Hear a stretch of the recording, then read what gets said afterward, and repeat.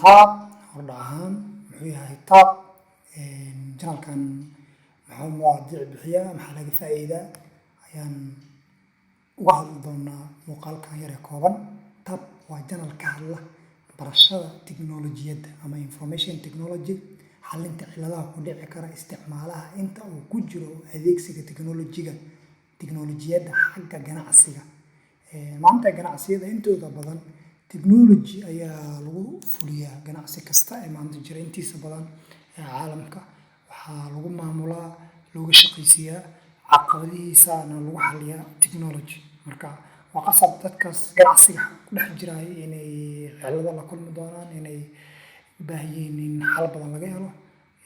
Qofkii raba marka inuu farsamo ahaan barto tiknoolajiyaddaas waa qasab inuu information technology ama computer science cilmiga la wax ka barto.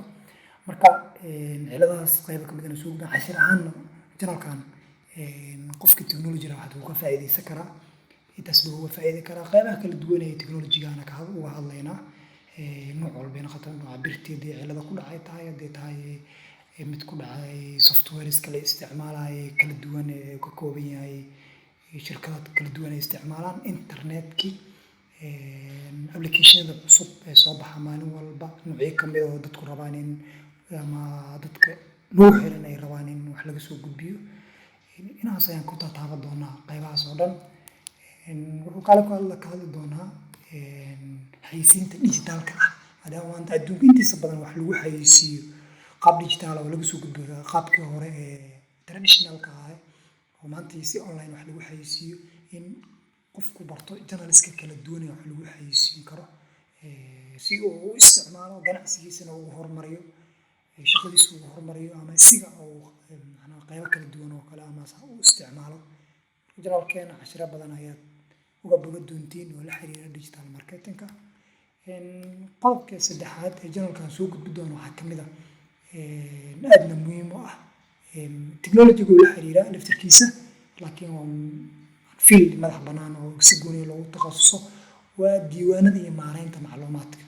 Company kasta ama xafiis kasta, mid dowladeed iyo mid private intaba waxa wareejiye shaqada uu qabanayo laf dhabartu ah ama dhiigga wareejinayo uu ku jira waa macluumaadka information xogaha loo magacaabo. Xogtaas marka xogo waxaa jira go'aan lagu qaadan karo ama cadeymo noqon kara falal hore oo soo dhacay ama go'aamo hore la soo qaatay iyo cadeymo yihiin ama kuwa la soo qaadan doona ay wuxuu yihiin la qaadan doona wuxuu yihiin cadeymo ama qorshe ha noqoto. Waxyaabahaas waxaa loo yaqaanaa diiwaanada. Waa xogta qoran oo company kasta uu ku go'aanada u qaatay siyaasadiisii, qorshooyinkiisii mustaqbali, waxaas cadeymaha wada ah dhamaantood ama qiimo ganacsi leh ayaa waxaa loo yaqaanaa. Iyo maareynta macluumaadka guud lana macluumaad kala duwan oo company-ga ama xafiiska dhex maray maalin walba in la maareeyo u baahan yihiin ama qaab oo manual ah loo maareeyo ama qaab oo electronic ah loo maareeyo. Labadaba electronic haddii loo maareeyo waxay noqon doontaa marka in xogta manualka dhan information system loo bedelo, IS loo bedelo. Marka macluumaadkaas qofkii bartay wuxuu heli doonaa inuu xogta markuu helaba isla markiiba uu barto sida looga faa'iideysto. Marka waa mowduuc aad majaal muhiim u ah dadkuna intiisa badan aysan ku baraarugsanayn in la bartana ay muhiim u tahay aadna shaqadiisa ay available u tahay. Marka mowduuc badan oo la xiriirta ayaan soo gudbinaynaa inkastoo aad lagu leeyahay technology-ga isagana. waa kana ujeedaan oo kale xafiisaadka oo kale maanta marka computer isticmaalaysid qofku wuxuu la tacaamulayo waa xog file nooc walba leh.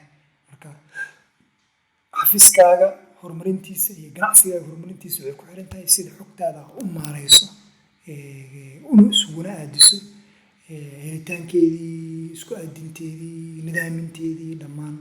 Marka qodobka ugu dambeeya waxaan aadaynaa marka oo janalka uu soo gudbi doono ah horumarinta shaqsi, ganacsi iyo hal-abuurnimo.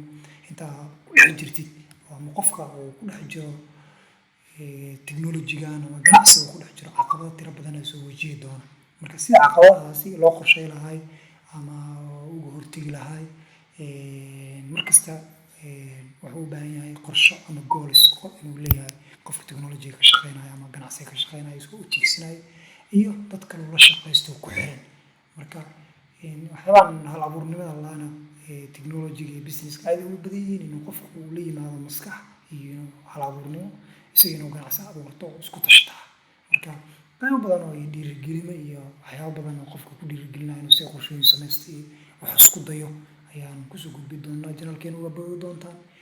Iyo waxa la wixii oo technology ama ganacsi la xiriiro oo u aragno inay dadka nagu xiran ay faa'iido u leeyihiin oo soo gudbi doonaa. waa mahadsantihiin ku xirnaada channelka taab waan ku mahadsantihiin dhegeysigiina waxaan rajeynayaa inaad naga heli doontaan xoga tafatiran iyo macluumaad aad ka faa'iidi doontaan. fadlan subscribe dheh gambaleelkana taabo si aad u heshid macluumaadka cusub ee markasta ay soo gelino channelka.